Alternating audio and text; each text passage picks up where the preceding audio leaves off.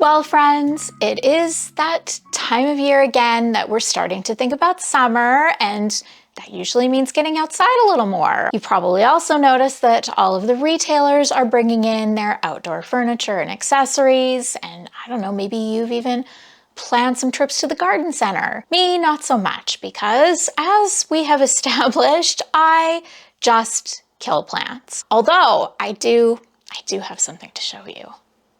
That's right. It is a real live plant. My birthday was last week and my best friend got me this because clearly she has more faith in me than I have in myself. So we will see how this goes and if I actually manage to keep this thing alive. So while a garden and landscape expert, I am not, I do know how to identify when something looks good. And really, planning an outdoor space involves pretty much the same basic design principles as interior design. So in this video, I thought it would be fun to take a look at some inspiring outdoor spaces and some stylish outdoor products that I think will be great for summer. And whether you have a spacious backyard deck or a small apartment balcony, I've got everyone covered. Now, I don't know about you, but for me, when it comes to outdoor furniture, I do not want to spend a fortune. You know, patio season here can be pretty fleeting, and I just can't justify spending a ton of money on something that maybe is only going to get used one season out of the year. So I'm going to try to keep these tips really budget friendly. Sound good? Here we go.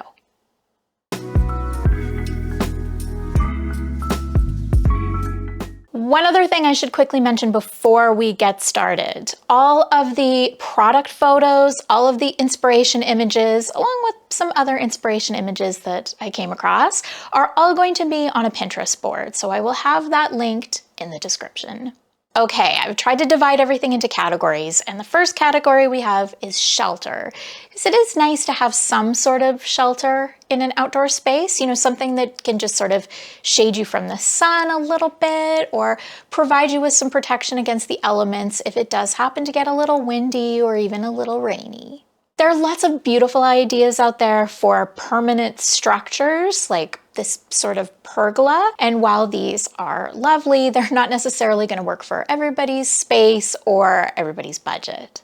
There are some prefab options out there on the market like this one. This is actually from Costco, and I'm going to assume that these are going to end up being a little more affordable than if you have something custom built for you on site. Or if you're particularly handy, you know, a smaller version maybe, something like this, could be something that you could DIY. Or maybe you still want something that's quite permanent, but with a simpler frame. I think something like this with the fabric shades is really nice, and it's going to require less lumber, which probably also means a bit of a cost savings. Or if you are someone who is good with plants, maybe you want to look at doing something like this. I think this is lovely. I mean, not necessarily appropriate for every climate, but really pretty, feels very European to me.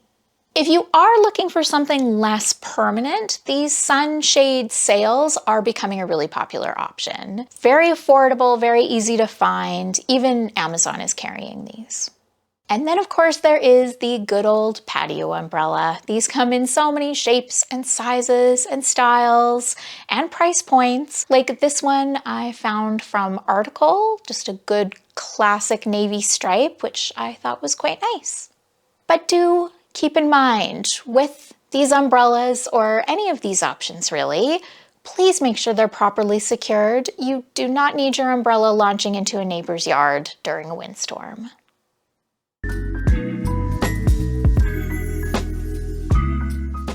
Unless you live on a very large piece of property or you have a tall enough fence, privacy might be another consideration for your outdoor space. I know that I personally do not love the idea of the entire neighborhood being able to observe my every move.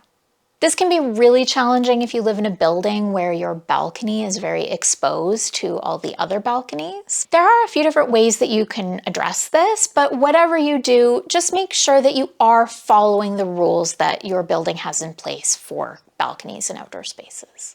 One possible option is to utilize bamboo or rattan. This could be in the form of a blind that is suspended from the roof, or it could be some sort of a screen that attaches to the railing. Another option could be to use a dividing screen of some sort. I noticed that IKEA had a couple of affordable options for these. Just make sure again that they are permitted in your building and that you have a way to safely secure them. And if neither of those options work for you, there are always plants. Plants can provide you with some privacy and some shade, and a little greenery in an outdoor space is always a nice idea.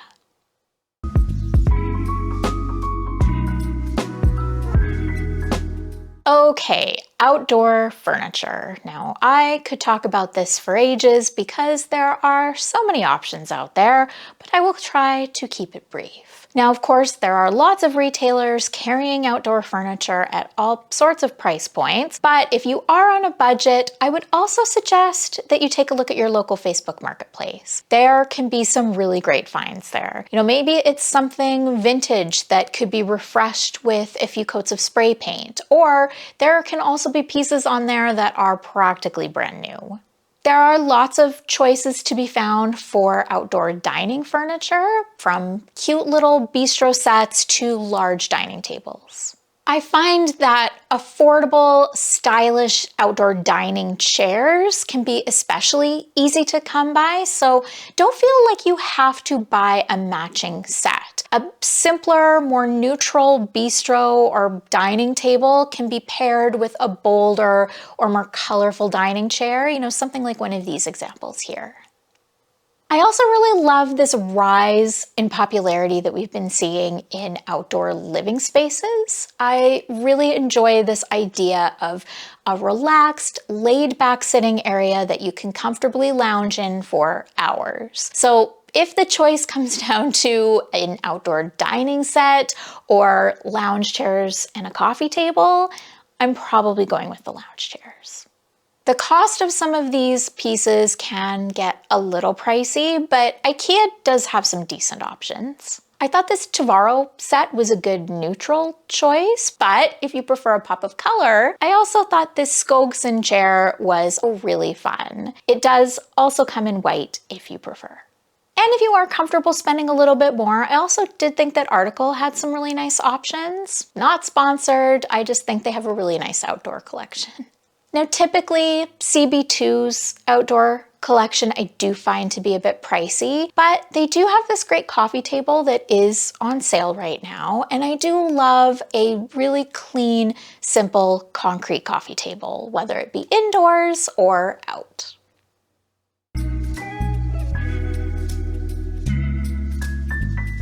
Outdoor accessories and decor are another way to add style and character to your space. This could be throw pillows, glassware and dishware, planters, or other kinds of accessories.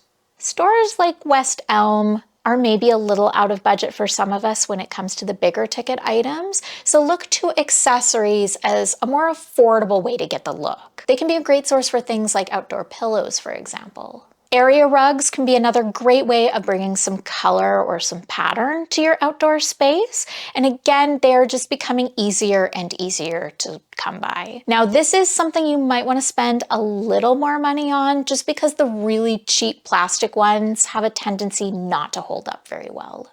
So when it comes to dishware and glassware, you certainly can just use your everyday indoor stuff outdoors as well. But when it comes to, say, drinkware, if you are more comfortable using plastic rather than glass, they have this new collection of plastic glasses at IKEA that I think are really quite cute, and at $2.50 a piece, you can't go too wrong. Now, when it comes to planters, there are certainly online sources for these, but this is something I think you're usually better off buying locally. I just think it's much easier to find the right planter that is going to work properly with your plants. If you are lucky enough to be able to have an outdoor fire pit of some sort, I just think that these are the perfect way to be able to continue to use your outdoor space even when the temperatures drop a little bit. There are so many more choices out there than there used to be, and many of them affordable and surprisingly stylish. They even have these little smokeless tabletop options now, which I have never tried personally, but I really like the idea.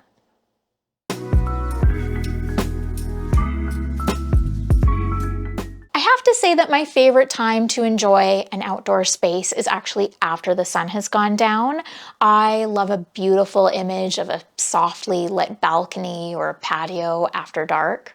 And thanks to all of the advancements in LEDs and solar-powered lighting, more and more great outdoor lighting options continue to pop up all the time. One of the best options is probably still a set of string lights or lanterns. They look so great suspended from trees or an overhead canopy or lining a fence or railing. I also love the idea of a cordless rechargeable lamp. You might even already have some that you use indoors, but why not bring them outside when you need them? They can be the perfect addition to an outdoor dining table. And with all of the battery and solar-powered lanterns out there, they can be a great way to light up any dark corners or even line a pathway. All right, friends, that is everything I have for you today about outdoor spaces. And no, I'm sorry, I am not going to be showing you my outdoor space. We do have a deck. It is currently looking pretty sad. It's got 2 chairs on it and nothing else. But I mean, you never know. Now that I have an indoor plant, I mean, if I manage to keep that alive, maybe by next summer, I'll feel inspired to have some outdoor plants. Anything is possible, so stay tuned. Thank you so much for being here. I hope we see you next time, and bye for now.